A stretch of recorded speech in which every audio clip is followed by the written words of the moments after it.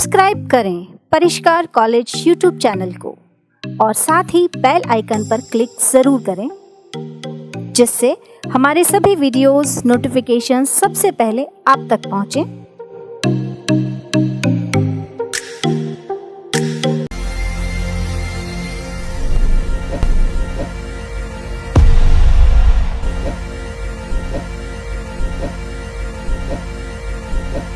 नमस्कार साथियों, परिष्कार कॉलेज ऑफ ग्लोबल एक्सीलेंस के ई प्लेटफॉर्म पर मैं ज्योति शर्मा आप सभी का स्वागत करती हूं। दोस्तों, आज हम बात करेंगे बीसीए फर्स्ट ईयर की। बीसीए फर्स्ट ईयर में आपके पास में सब्जेक्ट है मैथमेटिक्स, उसमें पेपर है आपका बेसिक मैथमेटिक्स। हम जो पेपर पढ़ने वाले वो पेपर कौन सा होगा आपका बेसिक मैथमेटिक्स, सामान्य गणित की बात करने वाले हैं। और इस बेसिक मैथमेटिक्स में जो हम टॉपिक पढ़ने जा रहे हैं आज, वो टॉपिक है आपका कौन सा, फंक्शंस। वो टॉपिक कौन सा आपका, फंक्शंस है। तो देखिए, हम शुरू करते हैं इस टॉपिक को। इससे पहले हमारा यूट्यूब पे चैनल है, परिष्कार वर्ल्ड के नाम से यूट्यूब पे चैनल है। ये चैनल कंपटीशन से रिलेटेड जितनी भी तैयारियां करने वाले हैं उनके लिए एक इंपॉर्टेंट वीडियोस अपलोड करता है। तो आप इस चैनल को सब्सक्राइब कीजिए, साथ ही साथ बेल आइकन को जरूर प्रेस कीजिए, ताकि जो भी इंपॉर्टेंट वीडियोस अपलोड हो उनका नोटिफिकेशन आपको सबसे पहले मिले और आपकी तैयारी और ज्यादा मजबूत हो। साथ ही हम लोगों का एक चैनल और है, हमारा एक चैनल और है, वो चैनल है परिष्कार कॉलेज के नाम से यूट्यूब पे। ये अब आपकी ग्रेजुएशन की तैयारी को मजबूत करेगा। तो ग्रेजुएशन की तैयारी को इस कोरोना के टाइम पे आप घर बैठ के पढ़ें, इसके लिए आप इस चैनल को भी सब्सक्राइब करें, क्योंकि इस पे भी आपके वीडियोस अपलोड हो रहे हैं ग्रेजुएशन से रिलेटेड। तो इससे भी आपकी क्या होगी, तैयारी मजबूत होगी। और इसके लिए भी आपको बेल आइकन को प्रेस करना जरूर याद रखें, उसको ना भूलें, ताकि आपको नोटिफिकेशन मिल जाए। तो चलिए अपना टॉपिक शुरू करते हैं, फंक्शंस। हमारा पेपर है basic mathematics, BCA part first की हम बात कर रहे हैं, और पेपर है हमारा बेसिक मैथमेटिक्स। तो चलिए शुरू करते हैं। टॉपिक है हमारा फंक्शंस। उससे पहले बात करते हैं कि जो यूनिवर्सिटी ऑफ राजस्थान है उसका सिलेबस क्या है। तो देखो, बात करते हैं सबसे पहले टाइमिंग की। टाइमिंग क्या होगा हमारे पेपर का, टाइमिंग होगा 3 आवर्स का हमारा पेपर होगा, और मैक्सिमम मार्क्स होंगे हमारे 100 मार्क्स का। कितने मार्क्स का पेपर होगा ये, टोटल 100 मार्क्स का पेपर होगा। अब देखिए, आपका जो पेपर है वो 5 यूनिट्स में डिवाइड है। पेपर 5 यूनिट्स में डिवाइड है। वो 5 यूनिट्स कौन कौन सी है उसमें देखिए, पहली जो यूनिट है आपके पास में वो यूनिट है फंक्शंस। उसमें हम क्या पढ़ेंगे, फंक्शंस है, और ये आएगा आपके पास में 20 मार्क्स का। वो क्या आएगा आपका 20 मार्क्स का आएगा। इसी तरीके से जो सेकंड यूनिट है वो क्या है आपके पास में, मैट्रिक्स और डिटर्मिनेट्स है। ये भी आपके कितने मार्क्स की होगी, 20 मार्क्स की होगी। और ये जो थर्ड यूनिट है वो भी क्या है आपके पास में, न्यूमेरिकल मेथड। थर्ड यूनिट में आपके पास क्या आएंगे, हम न्यूमेरिकल मेथड्स को पढ़ेंगे। मार्क्स क्या होंगे, 20 मार्क्स। और फोर्थ यूनिट क्या होगी, इसमें हम पढ़ेंगे स्टैटिक्स, और इसमें भी क्या आएगा आपके पास में, कितने मार्क्स का होगा, 20 मार्क्स का। और ये जो प्रोबेबिलिटी है, फिफ्थ यूनिट में आपके पास में क्या आएगा, प्रोबेबिलिटी। ये भी कितने मार्क्स की होंगी, 20 मार्क्स की होंगी। ठीक है। अब ये देखिए, आपके पास में जो पेपर पैटर्न होता है, पेपर पैटर्न में आपको पता ही है कि ये पेपर पैटर्न 3 भागों में बटेगा, और 3 भागों में आपके पास में पार्ट ए होगा, पार्ट बी होगा और पार्ट सी होगा। ये तीनों की बात करेंगे। इसमें आपके पास में वेरी शॉर्ट आंसर्स आएंगे 2 नंबर के, ठीक है, और इसमें आपके पास में शॉर्ट आंसर्स आएंगे, और इसमें आपके पास में क्या आएंगे, लॉन्ग आंसर्स आएंगे। ठीक है। तो इस तरीके से क्या होगा, पेपर पैटर्न डिवाइड होगा। ठीक है। तो अब बात करते हैं हम आगे हमारे टॉपिक क्या, हमारा टॉपिक क्या है। हमारा टॉपिक था फंक्शन। तो फंक्शन को हम स्टार्ट करते हैं। तो देखो, फंक्शन स्टार्ट करने से पहले हम बात करते हैं फंक्शन की डेफिनेशंस में कुछ कीवर्ड्स है या कुछ टर्म्स है जो काम आने वाली है, वो आपको जानना जरूरी है। तो मैं उन कीवर्ड्स है, उन टर्म्स को एक्सप्लेन कर रही हूँ। सबसे पहले तो वो टर्म्स क्या क्या है वो देखिए। सबसे पहले बात करते हैं जो हम टॉपिक पढ़ रहे हैं, हमारा टॉपिक है फंक्शन। उससे पहले हम बात करेंगे, देखो फंक्शन में हम जो टॉपिक पढ़ने वाले हैं उससे आए हुए क्वेश्चन कौन कौन से हैं उसकी बात करते हैं। तो देखो, पहला क्वेश्चन क्या है हमारे पास में, find the domain of the function mod x upon x। ये आया हुआ है क्वेश्चन राजस्थान यूनिवर्सिटी 2019 का जो एग्जाम हुआ था उसमें। ठीक है। दूसरा क्या क्वेश्चन है कि if f r to r, एक फलन है जो किससे परिभाषित है, r से r में डिफाइंड है, जहां किस तरीके से f ऑफ x क्या है, इक्वल टू x स्क्वायर है। For all x belongs to r, तब हमें क्या निकालना है कि f इनवर्स 9 की वैल्यू क्या है, इनवर्स निकालना है फंक्शन का। ठीक है। तीसरा क्या कहा आपसे कि डिफाइन 1 to 1 फंक्शन। इस टाइप के फंक्शन आपके पास में जब डेफिनेशन पूछी जाएंगी, ये आपके पार्ट ए में आता है, और ये 2 मार्क्स के डेफिनेशंस में पूछा जाता है। ये कब आया हुआ आपके पास में, 2018 में आया हुआ है। ठीक इसी तरीके से फोर्थ है आपके पास में, फोर्थ क्वेश्चन क्या है, देखो, define range of a function. क्या है, defined range of a function. ये भी कब आया हुआ है, 2018 में आया। ये पार्ट ए का क्वेश्चन है, उसमें 2 नंबर के क्वेश्चन पूछे जाते हैं, और वो 2 नंबर वाले जो पार्ट ए के क्वेश्चन है वो सारे क्या होते हैं, कंपलसरी होते हैं, वो आपको करने होते हैं। 10 क्वेश्चन आते हैं और 10 क्वेश्चन की आपको डेफिनेशंस लिखनी होती है। अब देखो बात करते हैं हम अपने टॉपिक की। टॉपिक है हमारा फंक्शन। तो देखो फंक्शन में कुछ टर्म्स हम जो यूज करने वाले उनकी मैं उनको डिस्क्राइब कर रही हूँ। वो है, सबसे पहले बात करती हूँ मैं कलेक्शन क्या है। देखो कलेक्शन है हमारे पास में ग्रुप ऑफ ऑब्जेक्ट्स। कलेक्शन क्या होता है? ग्रुप ऑफ ऑब्जेक्ट्स, यानी कि कुछ ऑब्जेक्ट्स का ग्रुप जब हम बनाते हैं तो उसी को हम क्या कहते हैं? कलेक्शन कहते हैं। कुछ ऑब्जेक्ट्स जो होते हैं उनको अगर हम ग्रुप बनाते हैं उनको हम क्या कहते हैं? उनका कलेक्शन कहते हैं। जैसे कि मैंने बना दिया यहाँ पे ग्रुप ऑफ फिशेज, ये हो गया आपके पास में इमेज दिख रही है, ये किसका ग्रुप हो गया? फिशेज का हो गया। इसी तरीके से ये ग्रुप बना दिया मैंने, किसका हो गया? इंटेलिजेंट स्टूडेंट्स का ग्रुप है। ये किसका ग्रुप है आपके पास में? इंटेलिजेंट स्टूडेंट्स का ग्रुप है। ठीक है, तो देखो ध्यान रखना, बहुत माइनर सा डिफरेंस है इस कलेक्शन में। देखो कलेक्शन क्या होता है? ग्रुप ऑफ ऑब्जेक्ट्स होता है। कलेक्शन क्या होता है? ग्रुप ऑफ ऑब्जेक्ट्स होता है। और ग्रुप ऑफ ऑब्जेक्ट्स में इसमें देखो, इसमें मैंने सिर्फ ये कहा है कि ग्रुप ऑफ फिशेज, केवल ये कहा है कि फिशेज का ग्रुप है, ये नहीं कहा कि कौन सी फिशेज का ग्रुप है। सिर्फ फिशेज, फिशेज कई तरह की होती है, लेकिन सिर्फ क्या कह दिया कि फिशेज का ग्रुप है। लेकिन जब मैंने ये ग्रुप बनाया तो ये ग्रुप में मैंने क्वालिटी मेंशन कर दी, और वो क्वालिटी क्या कही है मैंने कि वो स्टूडेंट्स कैसे हैं? इंटेलिजेंट स्टूडेंट्स का ग्रुप है। ग्रुप क्या है आपके पास में? इंटेलिजेंट स्टूडेंट का ग्रुप है। यानी कि जो कलेक्शन हो गया वो क्या हो गया आपके पास में? इंटेलिजेंट स्टूडेंट्स को जो बना आपके पास में उनका क्या बना है? ग्रुप बना है, इंटेलिजेंट स्टूडेंट का ग्रुप बना है। तो देखो ये तो था हमारा कलेक्शन। अब हम बात करते हैं सेट की। तो देखो सेट क्या होता है कि a set is any well defined collection. Set क्या है? एक वेल डिफाइंड कलेक्शन है ऑब्जेक्ट्स का। किसका? ऑब्जेक्ट्स का वेल डिफाइंड कलेक्शन है। तो कलेक्शन क्या होता है ये तो मैंने बता ही दिया। ठीक है, लेकिन कलेक्शन कैसा होना चाहिए? वेल डिफाइंड होना चाहिए। किसका? ऑब्जेक्ट्स का। तब ये क्या होगा? एक सेट होगा। तब क्या होगा? एक सेट होगा। जैसे कि एग्जांपल में अगर बात करें, ये देखो ये एक सेट बनाया हमने। ये किसका सेट है? यहाँ पे डिफाइन कर रखा है इसको कि 2000 के नोट है सारे। किसके नोट है? 2000 के नोट है। तो यानी कि एक प्रॉपर डिफाइंड है। तो ये क्या हो गया आपके पास में? एक सेट हो गया। इसी तरीके से देखो यहाँ पे जो हमने कलेक्शन लिया, ये किसका? बुक्स का कलेक्शन है। ये भी वेल डिफाइंड है। तो ये क्या हो गया आपके पास में? एक बुक्स का कलेक्शन है। और ये क्या बन गया? एक सेट बन गया। अभी जब पिछले स्लाइड में जैसे मैंने बताया था उसमें कि एक इंटेलिजेंट स्टूडेंट्स का ग्रुप बनाया था, तो क्या इंटेलिजेंट स्टूडेंट्स का ग्रुप भी एक सेट हो सकता है क्या? इंटेलिजेंट स्टूडेंट का जो ग्रुप हमने बनाया वो सेट नहीं होगा। क्यों नहीं होगा? क्योंकि हमने उसमें बात किसकी कर दी? उसमें हमने बात करी है उनकी क्वालिटी की, इंटेलिजेंट बता दिया उन्हें। तो इस तरीके के जब ग्रुप मेंशन होंगे तो जिनमें हम उनकी क्वालिटी की बात करेंगे या किसी अदर प्रॉपर्टी की बात करेंगे तो वो क्या नहीं बनेंगे आपके? उसमें सेट नहीं बने। लेकिन यहाँ पे एक सेट जो है वो क्या होना चाहिए? वेल डिफाइंड होना चाहिए। तो ये क्या बनेगा? एक सेट बनेगा। अब बात करते हैं देखो आगे रिलेशन की। रिलेशन क्या होता है? देखो रिलेशन क्या होता है? A relation R from a set A to a set B is a subset of A into B. एक रिलेशन है आर, वो कहां से? एक सेट ए से एक सेट बी में। कहां से? एक सेट ए से एक सेट बी में क्या होगा? सबसेट होगा। सबसेट होगा किसका? ए इंटू बी का। एक रिलेशन आर क्या होगा? ए से बी में होगा, और वो क्या होगा? ए से ए इंटू बी का क्या होगा? सबसेट होगा। जैसे कि अगर हमने एक सेट ले लिया ए 1 2 और बी एक सेट ले लिया ए बी। ठीक है, तो अब देखो माना हमने एक रिलेशन आर है, ये आर क्या होगा? एक सबसेट होगा ए इंटू बी का। आर क्या होगा? सबसेट होगा ए इंटू बी का। तो देखो आर क्या बना हमारे पास में? ए इंटू बी की बात करेंगे, यानी कि ए और बी को क्या करना है? कार्टेशियन प्रोडक्ट निकालना है। तो वो देखो किस तरीके से करेंगे हम? 1 को ए के साथ में 1a, इसी तरीके से 1b और 2a और 2b। क्या आ जाएगा? 1a 1b 2a और 2b। ठीक है, अब ये इसका क्या होगा? सबसेट है, ए इंटू बी का सबसेट है। ये हमारा रिलेशन हो गया। तो ये क्या हो गया आपके पास में? एक रिलेशन हो गया। इसको किस तरीके से लिख सकते हैं हम? देखो कि 1RA मीन्स, इस 1RA मीन्स का क्या मतलब होगा? इसका मतलब होगा कि 1 जो है रिलेटेड है किससे? ए से रिलेटेड है। इसी तरीके से 1RB, 1RB इसका क्या मतलब होगा कि 1 रिलेटेड है किससे? बी से। और 2RA मींस इसका क्या मतलब होगा कि 2 रिलेटेड होगा आपका किससे? ए से रिलेटेड होगा। ठीक है, अब देखो बात करते हैं, हमारा टॉपिक जो है वो क्या है? फंक्शंस है। तो देखो फंक्शंस में हम क्या पढ़ेंगे कि फंक्शंस स्टार्ट करने से पहले बताती हूँ कि फंक्शंस आया कहाँ से, क्या हुआ है। तो देखो किस तरीके से बात करते हैं कि calculus is the branch of mathematics. Mathematics में एक ब्रांच है कैलकुलस की, वो भी 2 पार्ट्स में डिवाइड है। वो पहला पार्ट क्या आपके पास में? डिफरेंशियल कैलकुलस है, और दूसरा पार्ट क्या आपके पास में? इंटीग्रल कैलकुलस है। हम बात करेंगे किसकी? डिफरेंशियल कैलकुलस की बात करेंगे। किसकी बात करेंगे? डिफरेंशियल कैलकुलस की बात करेंगे। तो देखो डिफरेंशियल कैलकुलस में हम क्या करेंगे कि डिफरेंशियल कैलकुलस में हम क्या पढ़ेंगे? Differential calculus, in differential calculus we study the problems. हम उन प्रॉब्लम्स को स्टडी करते हैं जो कि रिलेटेड है, किससे रिलेटेड है? With the rate of change of quantities.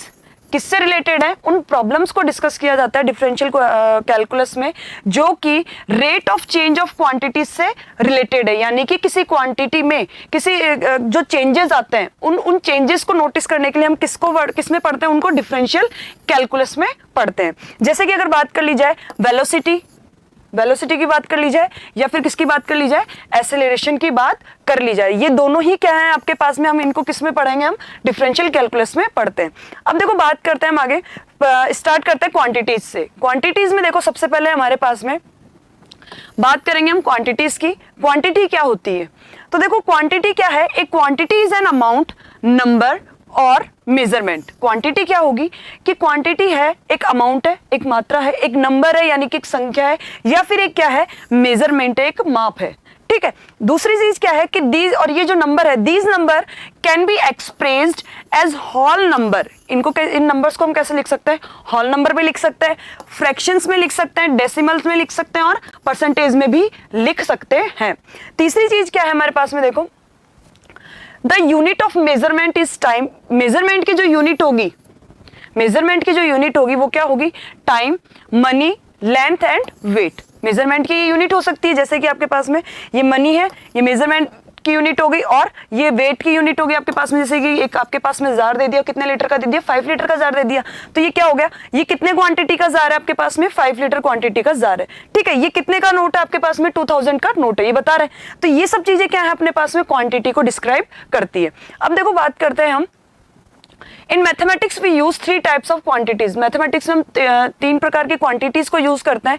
पहली क्वांटिटी देखो कौन कौन सी है, पहली आपके पास में वेरिएबल, पहली क्वांटिटी क्या है, वेरिएबल।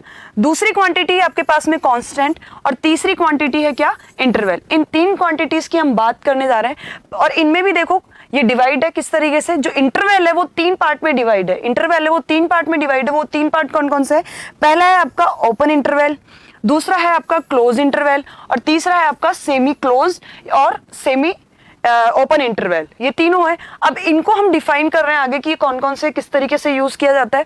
तो सबसे पहले बात करते हैं हम, देखो वेरिएबल की, कि वेरिएबल क्या होता है। तो देखो वेरिएबल क्या है कि एक क्वांटिटी है, वेरिएबल है तो एक quantity used in mathematical operation, जो कि कहाँ यूज की जाती है, मैथमेटिकल ऑपरेशंस में यूज की जाती है, which can take any value from a particular set is called variable quantity. एक ऐसी वैल्यू होगी जो कि एक ऐसा एक क्या होगा आपके पास में, कैसे हमारे पास में एक ऐसी वैल्यू है जो कि हम किसी भी सेट से उसको मान सकते हैं। जैसे कि अगर मैं कह दूं हमारे पास में, और इसको लिखा कैसे जाता है कि एक्स वाई जेड। अब जैसे कि एक सेट में कह दिया जाए कि हमारे पास में ए है, एक्स आ गया, ठीक है, और x इज मल्टीपल ऑफ 2। ठीक है, तो अब ये जो x की वैल्यू है, ये x की वैल्यू क्या हो जाएगी, चेंज होती रहेगी। वो कैसे होगी, जैसे कि ये क्या होगा आपके पास में 2 भी हो जाएगी, क्योंकि क्या है x क्या आपके पास में 2 का मल्टीपल है, तो 2 का मल्टीपल 2, 4, 6, 8 एंड सो ऑन, ऐसे चलेगा। ठीक है, तो यहाँ पे देखो ये वैल्यू एक नहीं है। अब इस x की वैल्यू में यहाँ पे 2 भी ले सकती हूँ, x की वैल्यू यहाँ पे 4 भी है, x की वैल्यू यहाँ पे 6 भी है, ये सभी क्या है, x की वैल्यू है। ठीक है, तो ये क्या है, x यहाँ पे अपना क्या है, वेरिएबल है, यानी कि कोई एक वैल्यू न हो, उसकी हम और भी वैल्यूज ले सकते हैं। ठीक है, इसी तरीके से बात करेंगे हम आगे कांस्टेंट की। कांस्टेंट का मतलब ही पता चल रहा है कि कांस्टेंट यानी स्थिर, कोई भी मान में परिवर्तन ना हो। तो देखो एक quantity whose value does not change, उसकी वैल्यू क्या नहीं हो, चेंज नहीं हो, हर बार क्या आना चाहिए, एक ही वैल्यू आए, वो वैल्यू क्या होगी आपकी, कांस्टेंट होगी, और हर बार वैल्यू बदले वो क्या होगा आपका, वेरिएबल होगा। ठीक है, मैथमेटिकल ऑपरेशंस में वो क्या कहलाएगा आपका, कांस्टेंट कहलाता है। कांस्टेंट क्या होगा, जिसकी वैल्यू चेंज ना हो, जैसे कि, और इसको कैसे लिखते हैं हम, ABC से लिखा जाता है। अब बात करते हैं हम इंटरवल की। तो देखो इंटरवल में 3 टाइप पढ़े थे, तो पहले बात करते हैं कि इंटरवल क्या होता है, the set of all real numbers.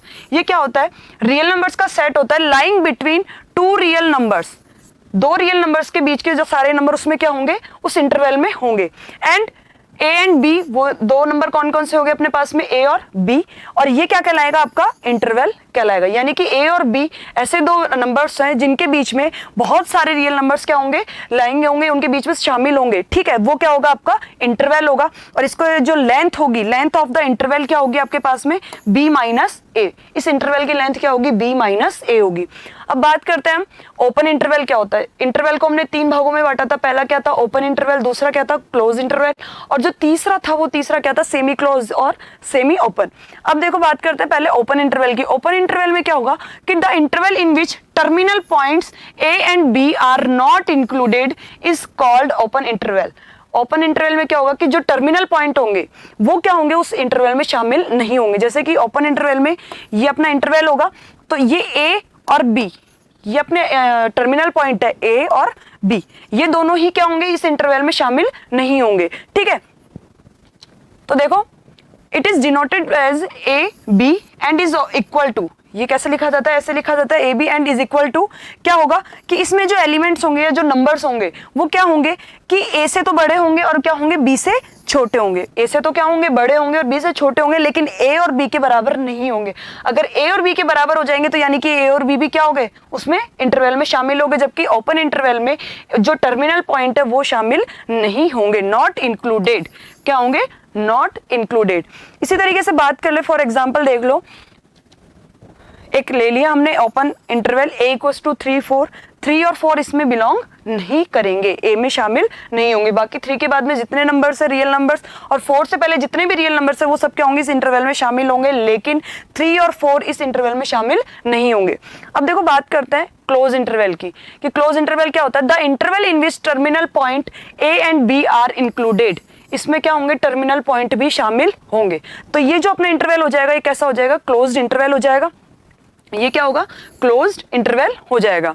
अब देखो इसको लिखेंगे कैसे हम, it is denoted as a b, ठीक है, एंड इज इक्वल टू, किस तरीके से लिखा जाएगा, यहाँ पे देखो ओपन इंटरवल में क्या था, केवल लेस देन वाला साइन था। अब यहाँ पे टर्मिनल पॉइंट्स भी शामिल है, तो यानी कि x का जो मान है वो a के इक्वल भी हो सकता है और b के इक्वल भी हो सकता है। तो ये यानी कि ये a और b भी क्या होंगे, उसमें शामिल होंगे। ठीक है, यानी कि a is less than equal to x and x is less than equal to b। तो इस तरीके से हो गया। तो देखो एग्जाम्पल में हमारे पास में क्या, एक इंटरवल हमारे पास में 3 4, जहां पे 3 और 4 भी क्या करेंगे, इसमें a में बिलोंग करेंगे। ठीक है, ये हो गया हमारा क्लोज इंटरवल। अब बात करते हैं हम सेमी क्लोज्ड की और सेमी ओपन इंटरवल की।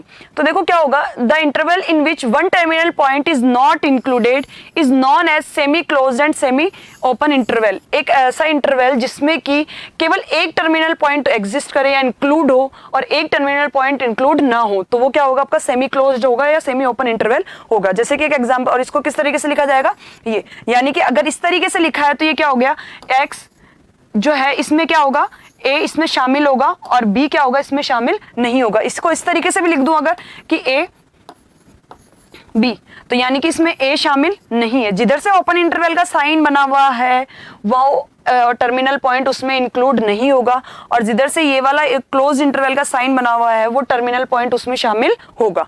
ठीक है, ये ध्यान रखना। ये हो गया आपका सेमी क्लोज और semi open interval. For example अगर बात करें हम लोग, तो देखो एक वस्तु क्या है हमारे पास में 3 4, ये एक इंटरवल ले लिया हमने सेमी क्लोज। तो अब इसमें देखो 3 क्या होगा, डज नॉट बिलोंग्स टू ए, क्योंकि इधर से क्या आपके पास में सेमी ओपन है, एंड 4 क्या होगा, बिलोंग करेगा ए में, क्योंकि इधर से क्या है सेमी क्लोज्ड है। ठीक है, तो ये क्या हो गया आपका पास में semi closed and semi open interval हो गया। अब बात करते हैं हम फंक्शन क्या होता है। देखो तो फंक्शन को स्टार्ट करते हैं हम, let a and b with 2 sets. मान लिया हमने कि ए और बी क्या है, 2 सेट है हमारे पास में। Suppose that to each element of the set a, कि ए का जो प्रत्येक एलिमेंट है आपके पास में, अब हम क्या मानते हैं कि ए का प्रत्येक एलिमेंट या कि ए का each element, we assign a unique element of the set b, यानी कि सेट ए का एवरी एलिमेंट वो क्या होगा, असाइन कर रहा है किसको, यूनिक एलिमेंट के बी के सेट को। तो यानी कि जैसे कि अगर मेरे पास में ए में कुछ एलिमेंट्स है, यहाँ पे ए बी सी एक एलिमेंट है इस तरीके से, और बी एक मेरे पास में सेट है, इसमें मेरे पास में है 1 2 3, यानी कि ए जो है आपके पास में यहाँ पे ए, ये ए बी के किसी एलिमेंट्स को क्या कर रहा है, असाइन हो रहा है। इसी तरीके से ये बी भी 2 को असाइन हो रहा है, या सी बी किसको असाइन हो रहा है, 3 को असाइन हो रहा है। तो ये जो असाइन कर रहे हैं हम, यही क्या होगा आपका, इस तरीके से जो असाइनमेंट का जो कलेक्शन है, ये असाइनमेंट का जो कलेक्शन है, then the collection of such assignments, ये जो कलेक्शन है असाइनमेंट का, यही क्या होगा आपका फंक्शन होगा, कहाँ पे, फ्रॉम ए टू बी। ए से बी पे क्या होगा, ये फंक्शन होगा। यानी कि एक सेट ए के एवरी एलिमेंट को हम असाइन करें सेट बी के किसी यूनिक एलिमेंट से, सेट ए के एवरी एलिमेंट को हम क्या करें, सेट बी के यूनिक एलिमेंट से असाइन करें, और उन असाइनमेंट्स का जो कलेक्शन होगा वही क्या होगा, आपका फंक्शन होगा, वही क्या होगा, फंक्शन होगा। तो देखो इसी तरीके से function are ordinarily denoted by, किस तरीके से डिनोट किया जाता है फंक्शंस को, एफ से डिनोट किया जाता है। If F denote a function, अगर एफ डिनोट करता है फंक्शन को, तब उसको किस तरीके से लिखते हैं हम, एफ ए टू बी। ये क्या है, आपका फंक्शन को लिखने का तरीका है कि फंक्शन को हम किस तरीके से लिखते हैं, इस तरीके से। और इसको रीड किस तरीके से करते हैं, देखो कि which is read f is a function from a to b, इसको इस तरीके से पढ़ा जाता है कि एफ एक फंक्शन है ए से बी पर। अब बात करते हैं, देखो मैथमेटिकली बात करेंगे तो often a function can be expressed by means of A mathematical formula, mathematical formula में किस तरीके से इसको एक्सप्रेस करेंगे वो देखो। फॉर एग्जाम्पल अगर बात करें हम, consider the function which sends each real number into its square. क्या कर रहा है फंक्शन, क्या है आपके पास में, ईच रियल नंबर को कहां भेज रहा है, इसके स्क्वायर को।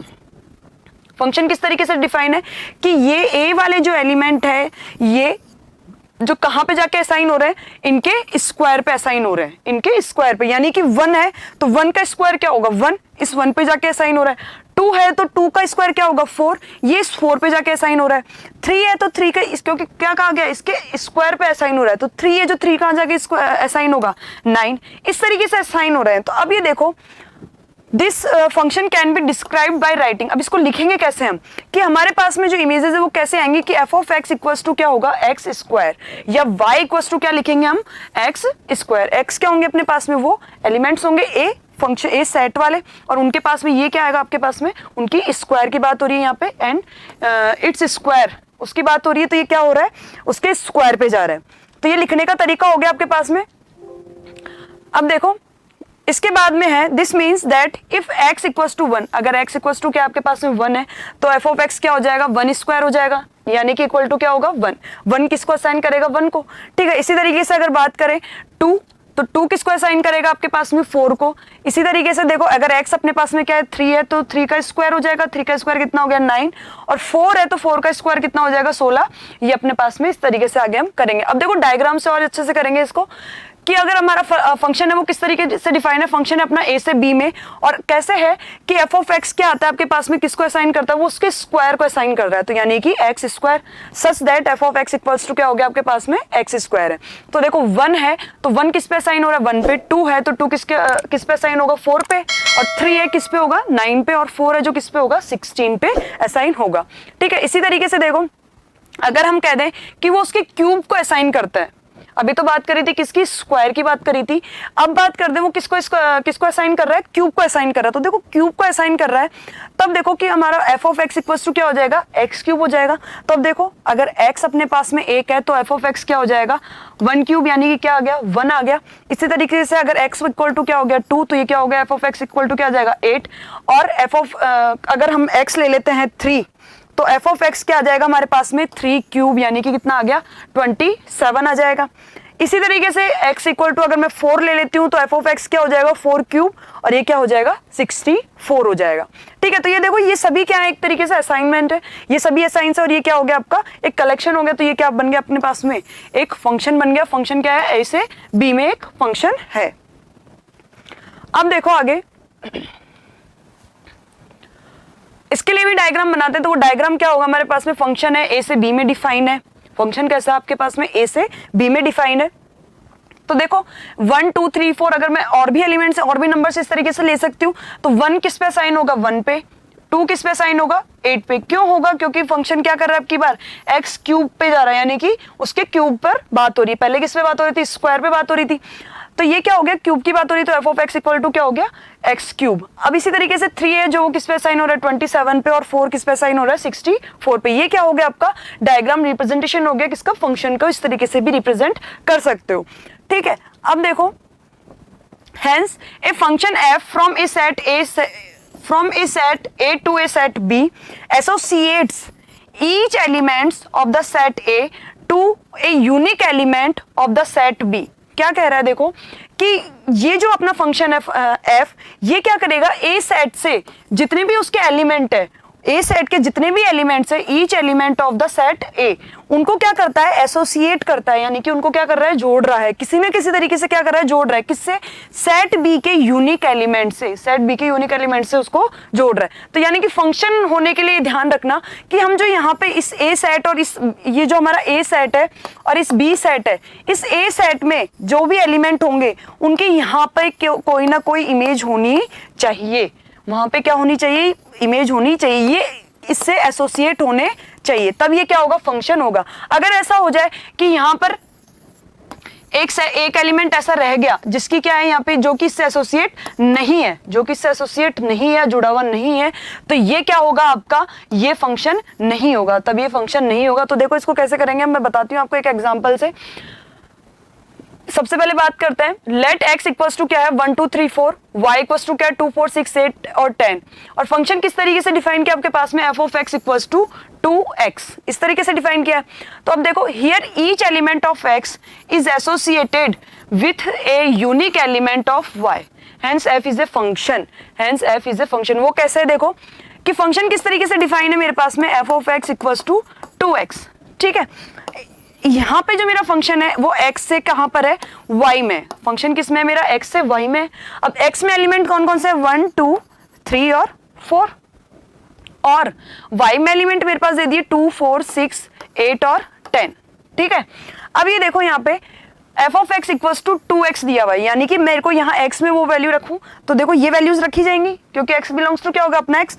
तो जब मैं x रख की वैल्यू यहाँ से रख रही हूँ f ऑफ x में, तो देखो क्या आएगा, पहला आएगा f ऑफ 1, पहले 1 रखा तो ये क्या हो गया मेरे पास में 2 इंटू 1 आ गया, ये कितना हो गया 2, ठीक है। तो यानी कि ये जो 1 है वो किस पे असाइन हो रहा है आपका, 2 पे असाइन हो रहा है, ठीक है, इसकी ये एसोसिएटेड है इससे।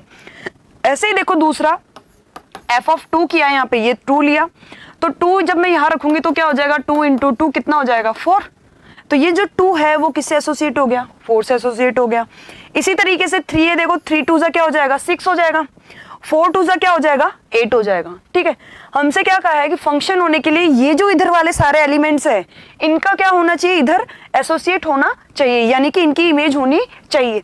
ये नहीं कहा है कि इधर वाले एलिमेंट्स है इसमें इनकी कोई प्री इमेज ना मिले, ऐसा हो सकता है, ठीक है, लेकिन ऐसा नहीं हो कि इनकी जो ये एलिमेंट्स है इनकी इमेज ना मिले। यहाँ पे अगर एलिमेंट एक मान लो 5 रह जाता या 6 ऐसा एक एलिमेंट रह जाता, ठीक है, तो और इसकी यहाँ इमेज नहीं दी हुई होती तब ये फंक्शन नहीं होता, तब ये फंक्शन नहीं होता। लेकिन अभी यहाँ पे ये जो 4 दिए हुए अपने को एलिमेंट, चारों की अपने को इमेज मिल गई, तो ये क्या हो गया आपका एक फंक्शन हो गया। ये इससे x के जो जितने भी एलिमेंट है वो y के एलिमेंट से क्या है, एसोसिएट हो रखे हैं, तो ये क्या है आपका एक फंक्शन है। वापस से देख लो एक बार, ये देखो 1 2 से है, 2 4 से है, 3 6 से और 4 8 से। यहाँ पे एक ऐसा रह गया 10 जो कि एसोसिएट नहीं है यहाँ पे, क्योंकि उसके लिए कोई प्री इमेज नहीं है, तो यार फिर भी ये क्या होगा, फंक्शन होगा। यानी कि इधर तो रह सकते हैं लेकिन इधर नहीं रहने चाहिए, फंक्शन के लिए ध्यान रखना। इधर तो नंबर्स रह सकते हैं जिनकी प्री इमेजेस नहीं हो, लेकिन इधर नहीं होने चाहिए। तो देखो अब बात करते हैं आगे, दूसरा एग्जांपल लेते हैं इसी का कि भाई ऐसा कब होगा। तो देखो अब हमारे पास में एक फंक्शन डिफाइन कर रखा है, फंक्शन क्या है, x से y में है। तो देखो यहाँ जो a है हमारा, ये 2 इमेजेस जा रही है हमारे पास में, p और q पर जा रहा है, ठीक है। इसी तरीके से जो c है हमारा वो p और q पर जा रहा है, ठीक है। और जो d है वो भी हमारा किस पे जा रहा है, r पे जा रहा है, और e है वो हमारा किस पे जा रहा है, q पर जा रहा है। लेकिन जो हमारा b बच गया है, ये जो हमारा b बच गया है, ये इसकी कोई भी इमेज वहां पर नहीं है, वो किसी से एसोसिएट नहीं हो रखा। जबकि फंक्शन के लिए क्या रूल है कि इसकी इमेज होनी जरूरी है, इसकी इमेज होनी जरूरी है उधर b में या y में, उधर इमेज होनी जरूरी है। तो ये क्या हो गया, फंक्शन नहीं होगा, ये क्या होगा, फंक्शन नहीं होगा। तो देखो एक रूल डेपिकेटेड होता है, वो क्या है कि here the rule depicated in this diagram is not a function from x to y। ये फंक्शन नहीं है, क्यों नहीं है, because the element b in x is not associated with any element in y and the elements a and c in x have been associated with 2 elements p and q each of y। जबकि ये क्या है, p और q से जो इसके जो element है a और c, ये क्या है, जुड़े हुए हैं, नॉट ओनली वन टाइम, ये क्या है, 2 बार उससे जुड़े हुए हैं। लेकिन एक एलिमेंट हमारे पास में कौन सा है, b, जो कि इससे एसोसिएट नहीं है, तो ये क्या होगा, फंक्शन नहीं है। आगे बात करते हैं, देखो इससे क्या इसको बोल दो कि इससे क्या नोट बोल दो या कुछ रिजल्ट बोल दो जो कि सामने है फंक्शन का, जो एक समरी बोल दो कि हाँ हमें फंक्शन में ये ध्यान रखना होगा। पहली चीज क्या है कि to each element x in x, x में जितने भी एलिमेंट है वो there exist a unique element y in y, उसके लिए एक यूनिक एलिमेंट होना चाहिए, किसमें, वाई में यूनिक एलिमेंट होना चाहिए। और वो किस प्रकार हो कि y इक्वल्स टू क्या है आपके पास में f ऑफ x है, ठीक है। दूसरी चीज क्या होनी चाहिए कि different elements of x may be associated with the same element of y, जो x के जो डिफरेंट एलिमेंट है, x के जो दो डिफरेंट एलिमेंट है वो y के सेम एलिमेंट से एसोसिएट हो सकते हैं। यानी कि मैं कह दूं 1 और 2 ये दो एलिमेंट है, यहाँ पे इस 1 की इमेज भी 1 है और 2 की इमेज भी क्या है मेरे पास में 1 है। x के कोई दो डिफरेंट एलिमेंट्स y के किसी एक एलिमेंट से क्या हो सकते हैं, एसोसिएट हो सकते हैं। तीसरी चीज क्या है देखो, देयर में exist some elements of y which are not associated with any element of x। जैसे कि अभी उसमें किया हमने, यहाँ पे जो हमारे पास में एलिमेंट थे वो 2, 4, 6, 8 और 10, ये 2, 4, 6 और 8 ये तो किसी ना किसी की इमेज थे x वाले एलिमेंट्स की, लेकिन 10 वाला जो ये था ये किसी की भी इमेज नहीं था। तो यानी कि ये इस तरीके के एलिमेंट y में बच सकते हैं जो कि किसी की भी इमेज ना हो, तो ये भी क्या होगा, तब भी ये क्या होंगे, फंक्शन होंगे।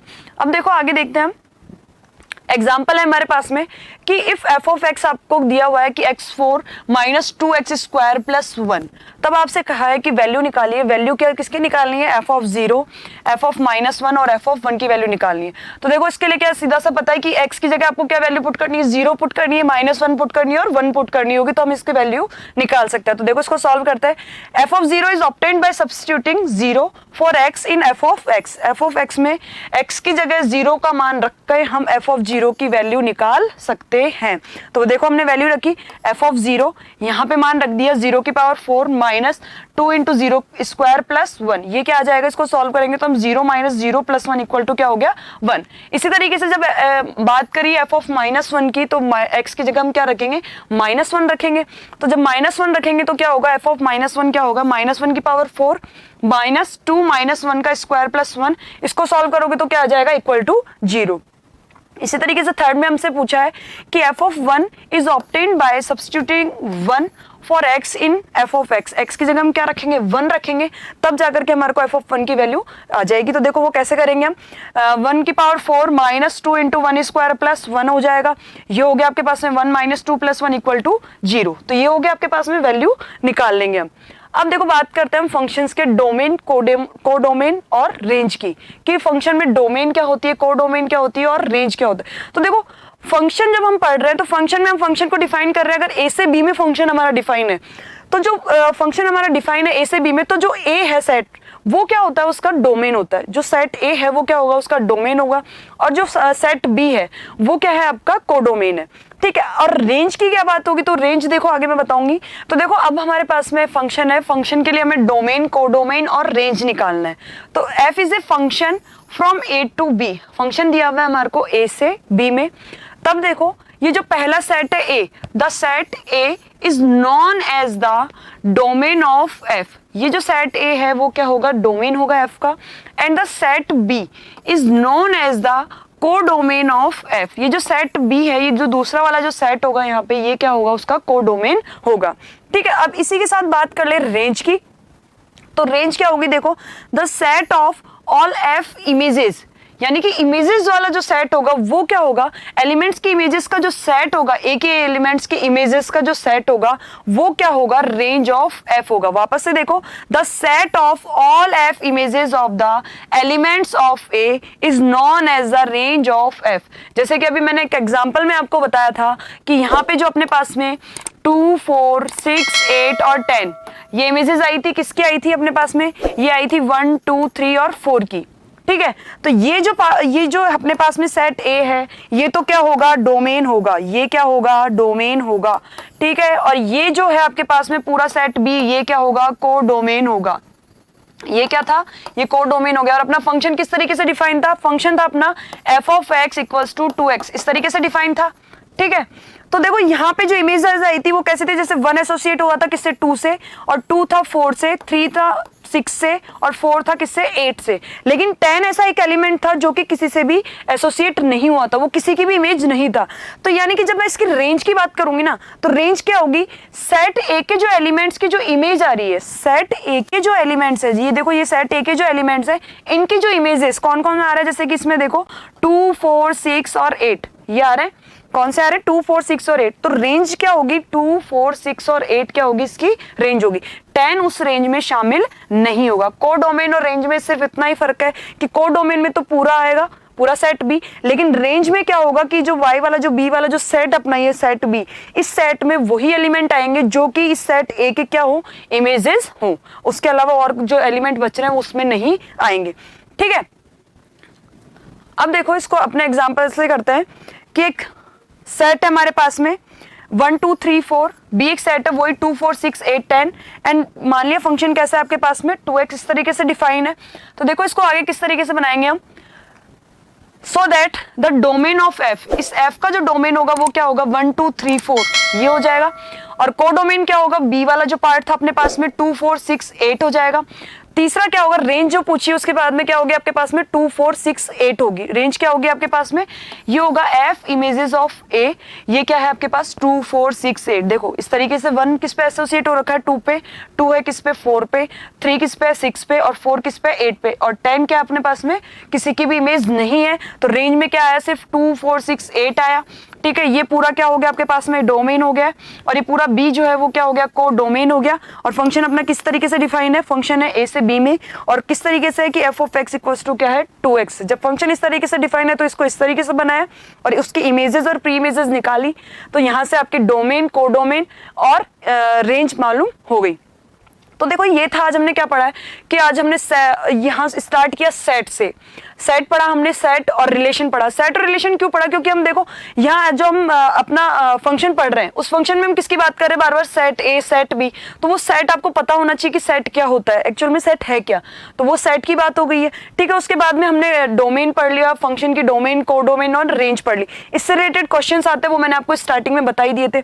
तो ठीक है, इस तरीके से कुछ टॉपिक है और क्वेश्चन है। साथ ही मैं आपको एक बार फिर से याद दिला दूं कि यूट्यूब पे हमारा चैनल है परिष्कार वर्ल्ड, इस चैनल को आप सब्सक्राइब कीजिए और साथ ही बेल आइकन को प्रेस कीजिए ताकि आपको आपकी कंपटीशन की तैयारी मजबूत हो और आपको जो भी हमारे वीडियोस अपलोड हो उसका नोटिफिकेशन सबसे पहले मिले। और अब इस समय आपको कोरोना के टाइम पे वही फिर से याद दिला दूं कि अपनी ग्रेजुएशन की तैयारी को भी मजबूत करना है, तो उसके लिए आप हमारा परिष्कार कॉलेज के नाम से यूट्यूब पे चैनल है उसको भी जरूर सब्सक्राइब करें और साथ ही बेल आइकन को प्रेस करना ना भूलें ताकि आपको जो भी ग्रेजुएशन से रिलेटेड वीडियोस हैं आपके वो आपको मिल जाए और आप अपनी तैयारी को मजबूत कर सके। धन्यवाद।